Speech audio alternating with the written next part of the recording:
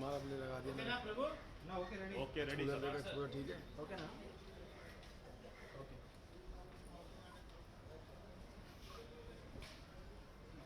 Supreme court chief justice Gaurav Gavai गारी मीद दाड़ी जरिगी ఈ రోజుకి 50 రోజులు అవుతుంది. దాడి చేసిన నిందితుడి మీద పోలీసులు కేసు పెట్టలేదు. మానవ హక్కుల కమిషన్ సుమోటోగా తీసుకోలేదు. న్యాయ వ్యవస్థ కోర్టు ధిక్కారణ కేసు నిందితుడిని పెట్టలేదు. ఇట్లాంటి పరిస్థితిలో ఎంఆర్పిఎస్ ఆధ్వర్యంలో రేపు జంతర్ మంతర్ వద్ద ఢిల్లీలో జంతర్ మంతర్ వద్ద ప్రజాస్వామ్యబద్ధంగా శాంతియుతంగా ఒక సభ జరపాలని ఎంఆర్పిఎస్ భావిస్తే ఇప్పుడే పోలీసులు రేపు తలపెట్టిన ఆ సభకు పర్మిషన్ నిరాకరిస్తూ ఆదేశాలు జారీ చేయడం జరిగింది. ఇది న్యాయసమ్మతం కాదని మేము భావిస్తున్నాం. ఇది పౌరుల హక్కులను హరించడమేనని చెప్పి మేము స్పష్టం చేస్తున్నాం. ఆర్టికల్ 19 ప్రకారంగా భావ ప్రకటన స్వేచ్ఛ ఈ దేశ పౌరులందరికీ ఉన్నది. అందులో భాగమే మేము శాంతియుతంగా రేపు సభను నిర్వహించాలనుకున్నాం. పర్మిషన్ కోసం 7వ తారీఖు నాడే కేవలం ఒక 500 మంది తెలంగాణ ఆంధ్రప్రదేశ్ నుంచి మా కార్యకర్తల నాయకులు వస్తారు. 2 గంటల నుంచి 5 గంటల వరకు కేవలం 3 గంటలే మేము సభ నిర్వహించుకుంటాం. గౌరవ సిజే గారికి సంఘీభావంగా సభ నిర్వహించుకుంటాం. దళితుల ఆత్మగౌరవాన్ని పరిరక్షించుకోవడం కోసం సభ నిర్వహించుకుంటాం. న్యాయ వ్యవస్థ స్వతంత్రతను నిలబెట్టుకోవడం కోసం సభ నిర్వహించుకుంటాం. రాజ్యాంగాన్ని కాపాడడం కోసం సభ నిర్వహించుకుంటామని చెప్పి మేము పర్మిషన్ కోసం 7వ తారీఖు నాడే పెట్టాము. కానీ మాకు పర్మిషన్ నిరాకరిస్తూ వాళ్ళు ఇచ్చిన దాంట్లో సుప్రీంకోర్టు గైడ్ లైన్స్ ప్రకారంగానే మేము ఇవ్వట్లేదని చెప్పడం జరిగింది. సుప్రీంకోర్టులో ఏమున్నదని చూస్తే పర్మిషన్ లేకుండా జంతర్ మంతర్ వద్ద ధర్నాలు జరగద్దు అని చెప్పి ఉన్నది. పర్మిషన్ లేకుండా ధర్నాలు ఎవరు చేయొద్దు అది సుప్రీంకోర్టు తీర్పే. కానీ మేము పర్మిషన్ కోసం పెట్టుకున్నాం. 7వ తారీఖు నాడు పెట్టుకుంటే 9 రోజులు పడుతుంది. రెండోది నెలల తరబడి జంతర్ మంతర్ వద్ద టెంట్లు వేసుకున్న వాళ్ళు ఉన్నారు. వాళ్ళని తొలగించాలని చెప్పి సుప్రీంకోర్టు గైడ్ లైన్స్లో ఉన్నది. నెలల తరబడి టెంట్లు వేసుకున్న వాళ్ళకి అది వర్తిస్తుందేమో. కానీ రేపు 3 గంటల్లో కేవలం 3 గంటల కోసమే సభకు పర్మిషన్ కోరాము. కాబట్టి ఇది మాకు వర్తించదు. ఇప్పుడు క్యాన్సిల్ చేస్తూ పోలీసులు ఇచ్చిన ఏదైతుందో అది పౌరుల స్వేచ్ఛను హక్కును హరించడమే. ఆర్టికల్ 19(1) ప్రకారంగా భావ ప్రకటన స్వేచ్ఛను హరించడమే. అదే సమయంలో సుప్రీంకోర్టు తీర్పు, సుప్రీంకోర్టు గైడ్ లైన్స్ మేము పెట్టుకున్న దానికి వర్తించదు అనడానికి ఇప్పుడు చెప్పిన 2 సాక్ష్యాలు. పర్మిషన్ లేకుండా ధర్నా చేయొద్దు అనేది వాస్తవమైతే మేము పర్మిషన్ కోరాం. నెలల తరబడి తీసుకున్న వాళ్ళను అక్కడ తొలగించాలని అందులో ఉంటే మేము 3 గంటల కోసం కోరాం. ఇట్లాంటి పరిస్థితిలో అకస్మాత్తుగా నాకు 1 గంటకే పర్మిషన్ నిరాకరిస్తూ నాకు ఈ లెటర్ ఇచ్చి నాతో సంతకం తీసుకోవడం జరిగింది. ఇది చాలా దురదృష్టకరం. దళితులకే ఇది వర్తిస్తుందా? గౌరవ సిజే గారి మీద జరిగిన దాడిని ఈ దేశంలో ఉండబడే దళితులందరూ అందరి ఆత్మగౌరవం మీద జరిగిన దాడిగా భావిస్తున్నాం. 30 కోట్ల మంది దళితులు ఉన్నారు ఈ దేశంలో. గౌరవ సీజే గారు దళితుడు. ఆయన మీద జరిగిన దాడి దళితులందరి మీద జరిగిన దాడిగా భావిస్తున్నాం. సీజే గారి మీద జరిగిన దాడి బయట కాదు, సుప్రీంకోర్టులోనే జరిగింది. ఈ దేశ న్యాయ వ్యవస్థకు సుప్రీంకోర్టే బాస్. అట్లాంటి సుప్రీంకోర్టులోనే సుప్రీంకోర్టు బాస్ అనబడుతున్న చీఫ్ జస్టిస్ దాడి జరిగింది. ఇది న్యాయ వ్యవస్థ స్వతంత్రతను దెబ్బతీసే దాడిగా మేము భావిస్తున్నాం. అంతేకాదు, ఇది టోటల్ రాజ్యాంగం మీద జరిగిన దాడి. రాజ్యాంగాన్ని బలహీనపరచాలి, రాజ్యాంగాన్ని నిర్వీర్యం చేయాలని జరుగుతున్న కుట్రలో బాగా జరిగిన దాడి. మేము రేపు తలపెట్టింది రాజ్యాంగాన్ని పరిరక్షించుకోవడానికి జరిగే సభ. మేము 3 అంశాలను పరిగణలోకి తీసుకున్నాం. ఒకటి, సీజే గారు దళితుడు, అది దళితుల ఆత్మగౌరవం కోసం పెట్టిన సభ. సుప్రీంకోర్టు న్యాయ వ్యవస్థకు బాస్, అది న్యాయ వ్యవస్థ స్వతంత్రత మీద జరిగిన దాడి, దాని స్వతంత్రం కాపాడుకోవడం కోసం జరిగే సభ. ఇది టోటల్గా రాజ్యాంగాన్ని నిర్వీర్యం చేసడానికి జరిగిన దాడి, రాజ్యాంగాన్ని పరిరక్షించుకోవడం జరుగుతున్న సభ. ఇట్లాంటి పరిస్థితిలో మాకు అకస్మాత్తుగా రేపు పర్మిషన్ లేదని చెప్పి ఇవాళ అకస్మాత్తుగా చెప్పడం జరిగింది. ఇక్కడ మేము భావిస్తున్నది ఏంటంటే, నిజంగానే మేము 7వ తారీఖు నాడు పెట్టుకుంటే అది 8కో 9కో ఏదన్నా అభిప్రాయం చెప్తే ఇవాళ మా కార్యకర్తలు నాయకులు పర్మిషన్ తీసుకునేంత వరకైనా మేము మళ్ళీ లీగల్గా పర్మిషన్ తీసుకునేంత వరకైనా మేము కార్యక్రమాన్ని ఆపుకునేవాళ్ళం. ఎందుకంటే ఇప్పుడు ప్రయాణాలు ఉన్నాం. తెలంగాణ నుంచి రావాలన్నా, ఆంధ్రప్రదేశ్ నుంచి రావాలన్నా మా కార్యకర్తలు 99% కార్యకర్తలైనా నాయకులైనా ట్రైన్ల ద్వారానే వస్తుంటారు. దాదాపు 24 గంటల నుంచి మొదలుకుంటే 36 గంటలు 40 గంటలు ప్రయాణం పడుతుంది. ఇప్పుడు విశాఖ నుంచి వచ్చేటోళ్ళు ఉంటారు, శ్రీకాకుళం నుంచి వచ్చేటోళ్ళు ఉంటారు, చిత్తూరు నుండి వచ్చేటోళ్ళు ఉంటారు, వరంగల్ నుంచి వచ్చేటోళ్ళు ఉంటారు, విజయవాడ నుంచి వచ్చేటోళ్ళు ఉంటారు, తెలంగాణ అన్ని జిల్లాల నుంచి వచ్చేటోళ్ళు ఉంటారు. ఇక్కడ వాళ్ళ ప్రయాణమే మినిమం 24 గంటల నుంచి 36 గంటలు మినిమం పడుతుంది. ఇప్పుడు వాళ్ళందరూ మార్గ మధ్యలో ఉన్నారు. వాళ్ళు ఎక్కడికి పోవాలి? మేము చెప్పాం 17 రాత్రి నుంచి 18 ఉదయం వరకు మళ్ళా తిరుగు ప్రయాణం పెట్టుకోండి అని చెప్పాను. 17 రాత్రి నుంచి 17 సభ అయిపోతే 5 గంటల వరకు సభ అయిపోతే 6 తర్వాత 8 నుంచి ఏ ట్రైన్ అందుబాటులో ఉన్నా, 18వ తారీఖు నాడు ఏ ట్రైన్ అందుబాటులో ఉన్నా తిరుగు ప్రయాణం పెట్టుకోమని చెప్పి కూడా మేము ఆ సర్క్యులర్లు ఇచ్చేసాం. అంటే ఎవరిక్కడ ఢిల్లీలో ఉండబడి ఏదైనా ప్రత్యేక పరిస్థితులు రీత్యా కూడా ఇక్కడ ఎవరు ఉండద్దని చెప్పి మేము సర్క్యులర్ పంపడం జరిగింది. ఇప్పుడు వాళ్ళు వచ్చిన వాళ్ళు ఉన్నారు ఇప్పటికే. అదే సమయంలో రేపు వచ్చేటోళ్ళు ఉన్నారు, ఈ రాత్రికి దిగేటోళ్ళు ఉన్నారు. వాళ్ళు మార్గ మధ్యలో ఎక్కడైనా దిగితే వాళ్ళు ఎట్టుకోవాలి? వాళ్ళు రిజర్వేషన్ చేసుకుంటే ఢిల్లీ ఉండే చేసుకుంటారు. వచ్చేటోళ్ళు అందరూ ఢిల్లీకే వస్తున్నారు, పోయేటోళ్ళు కూడా ఢిల్లీ నుండే రిజర్వేషన్ చేసుకుంటారు. ఇప్పుడు మార్గ మధ్యలో వాళ్ళు ఎక్కడ దిగుతారు? ఎక్కడ దిగి వాళ్ళు ఎక్కడికి వెళ్ళాలి? రిజర్వేషన్ ఇక్కడ నుంచి ఉంటారు కదా. చాలా బాధాకరమైన విషయం. ఈ దళితులకేనా ఇది? ఒక దళితులకేనా ఇవన్నీ అడ్డంకులు? ఇదేం న్యాయం అవుతుంది? అదే సమయంలో మీకు విజ్ఞప్తి చేస్తున్నాను నేను, హైదరాబాద్కో న్యాయం, ఢిల్లీకో న్యాయమా? అమరావతికి ఒక న్యాయం, ఢిల్లీకి ఒక న్యాయమా? బెంగళూరుకు ఒక న్యాయం, ఢిల్లీకి ఒక న్యాయమా? చెన్నైకి ఒక న్యాయం, ఢిల్లీకి ఒక న్యాయమా? కేరళకు ఒక న్యాయం, ఢిల్లీకి ఒక న్యాయమా? ఎందుకు నేను ఈ మాట మాట్లాడుతున్నట్టే, ఈరోజు జంతర్ మంతర్ వద్ద ధర్నా జరుగుతుంది.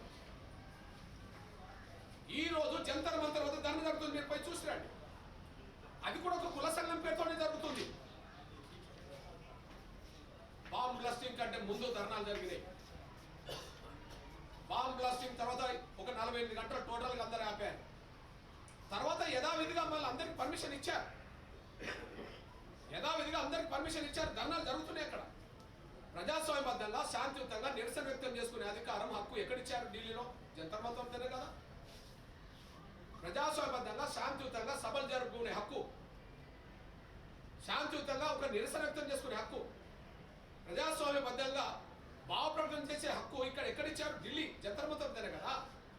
మరి ఢిల్లీ జంతర్ మంతర్ వద్ద బ్లాస్టింగ్ కంటే ముందు జరిగినాయి, బ్లాస్టింగ్ తర్వాత జరుగుతున్నాయి.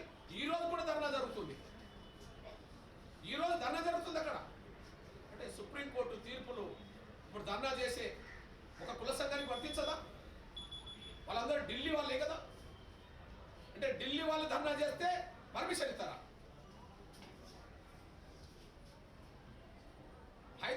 నుంచి అమరావతి నుంచి ఇతర రాష్ట్రాల నుంచి మా డెలిగేషన్ వస్తుంటే మార్గ మధ్యలో ఉండగా మాకు క్యాన్సిల్ చేస్తారా? వచ్చేటోళ్ళు ఎట్టుపోవాలి మేము. ఢిల్లీకో న్యాయం హైదరాబాద్కో న్యాయం అనే మాట అనడానికి కారణం అదే.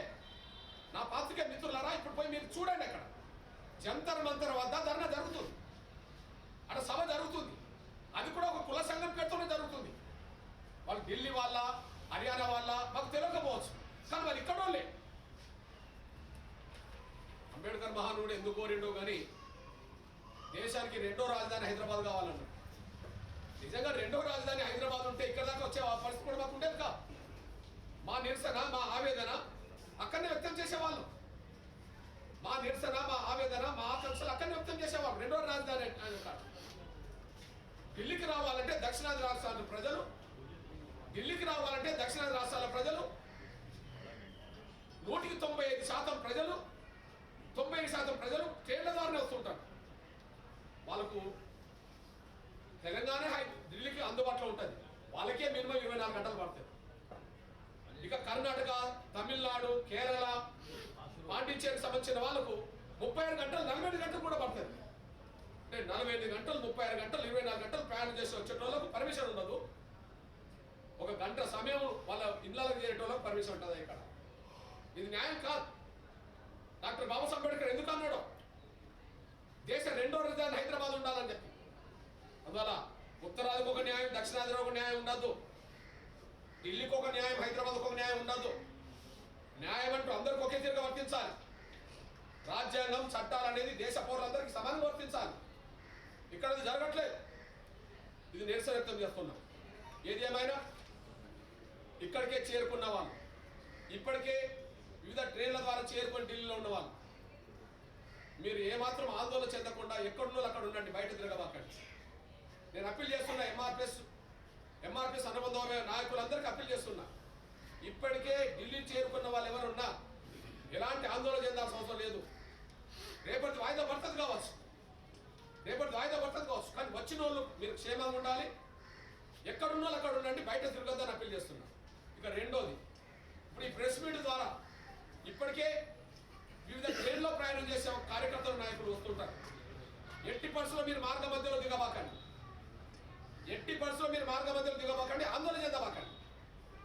మీరు ఢిల్లీకే రండి. మీరు ఏ రోజు నుంచి అయితే ప్రయాణం మళ్ళీ రిటర్న్ ప్రయాణం పెట్టుకున్నారో దానికే వెళ్ళండి. మీరు మార్గ మధ్యలో దిగి ఇబ్బందులు పడబాకండి.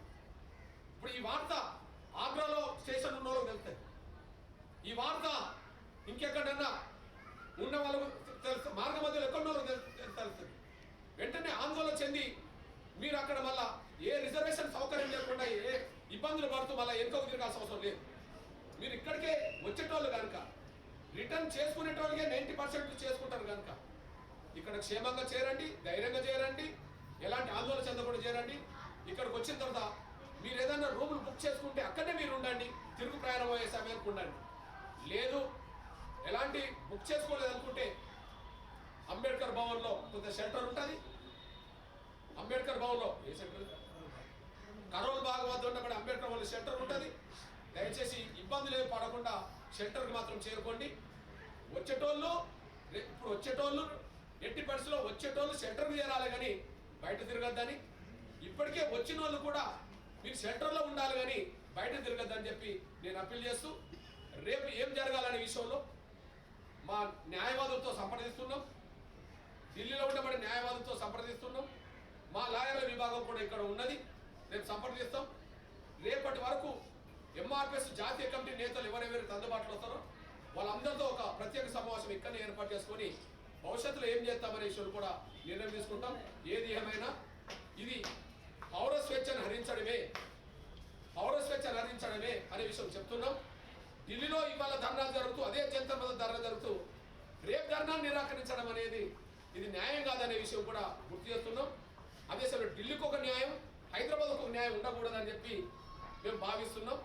అంబేద్కర్ కోరుకున్న రెండో రాజధాని హైదరాబాద్ ఉంటే మేము ఇక్కడికి వచ్చే అవకాశం కూడా ఉండేది కాదని, ఖచ్చితంగా రెండో రాజధాని విషయంలో కూడా కేంద్రాలు, రాష్ట్రాలు అన్ని ఆలోచించాలని చెప్పి నేను విజ్ఞప్తి చేస్తున్నాను. కృష్ణన్న అంటే ఆయనపై జరిగినటువంటి దాడి విషయంలోనే ఆయన లిబరల్గా దాన్ని వద్దు, అతని పైన ఎటువంటి చర్యలు తీసుకోవద్దని చెప్పారు.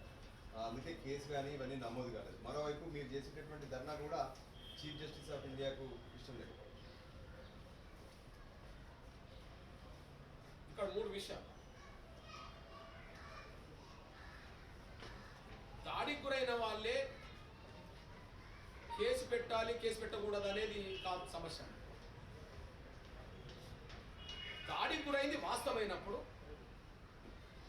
వ్యవస్థలు తమ పని తాను చేసుకుంటూ పోవాలి. దాడికి గురైంది వాస్తవమైనప్పుడు వ్యవస్థలు తాను చేసుకుంటూ పోవాలి. ఉదాహరణకు రాజీవ్ గాంధీ గారు దారుణంగా చంపబడ్డాడు. శ్రీమతి సోనియా గాంధీ గారు వాళ్ళందరినీ క్షమిస్తానన్నది. వదిలిపెట్టారా? వ్యవస్థలు వాళ్ళ పని చేయలేదా?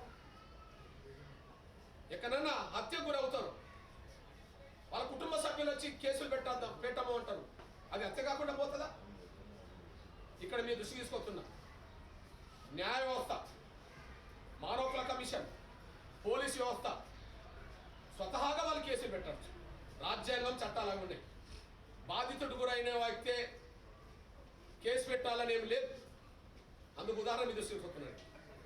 స్వతహాగా కేసులు పెట్టిన సంఘటన, 3 వ్యవస్థలు కేసులు పెట్టిన సంఘటన మీ దృష్టికి తీసుకొస్తున్నాను. బీహార్ ఎన్నికల్లో ఒక కేంద్ర మంత్రి లలన్ సింగ్ పేదల్ని పోలింగ్ బూత్ల వద్దకు రానివద్దని చెప్పి ఒక స్టేట్మెంట్ ఇచ్చారు. ఆ స్టేట్మెంట్ వైరల్ అయింది. లలన్ సింగ్ ఆ వైరల్ అయిన దాన్ని ఆధారం చేసుకొని పాట్నా పోలీసులు స్వతహాగా వారు కేసు పెట్టేశారు. ఇది ఎన్నికల కమిషన్కు విరుద్ధం. ఎన్నికల కమిషన్ నిర్ణయాన్ని ధిక్కరించినట్టయిందని చెప్పి స్వయాన కేసు పెట్టారు. ఎన్నికల కమిషన్ పోయి కేసు పెట్టలే, వేరే వాళ్ళు ఎవరు కేసు పెట్టలే. పేపర్లో, టీవీలో ఆయన మాట్లాడిన మాటలు రికార్డ్ చేసుకొని స్వతహాగా పాట్నా పోలీసులు కేసు పెట్టారు. ఇది నంబర్ సాక్ష్యం. సుమోటో కేసు పెట్టేశారు. నంబర్ 2, మీ అందరికి తెలుసు, తెలంగాణలో రియాజ్ అనే ఒక రౌడీ షీటర్ ఎన్కౌంటర్కి గురయ్యాడు. నిజామాబాద్లో. అతని మీద 40 క్రిమినల్ కేసులు ఉన్నాయి. అతను 3 రోజుల ముందే ఒక పోలీస్ కానిస్టేబుల్ చంపాడు. దశాబ్ద కాలంగా ఆయన మీద రౌడీ షీటర్ ఉన్నది. కారణాలు ఏమైనా, ఒక రోజు పోలీసులు అరెస్ట్ చేసి హాస్పిటల్లో పెట్టిన తర్వాత పోలీసుల దగ్గర ఉన్న తుపాకులు తీసుకుంటా అని చెప్పి కాల్చి పారేశారు. ఓకే, అది తప్ప ఒప్ప గురించి నేను మాట్లాడతలేను. కానీ హైదరాబాద్లో ఉండబడిన మానవ హక్కుల కమిషన్, తెలంగాణ మానవ హక్కుల కమిషన్ మీ పరిధిలో నిందితుడు ఉండగా, ఏది జ్యుడిషియల్ పరిధిలో నిందితుడు ఉండగా ఎలా కాల్చి చంపారని చెప్పి మీరు ఎందుకు జాగ్రత్తలు తీసుకోలేదని చెప్పి పోలీసుల మీద సుమోటో కేసు పెట్టింది కదా మానవ హక్కుల కమిషన్. ఏమన్నా ఆ రియాజ్ వచ్చి, లేదు చనిపోయిన రియాజ్ వచ్చి కేసు పెట్టారా మానవ హక్కుల కమిషన్ దగ్గర?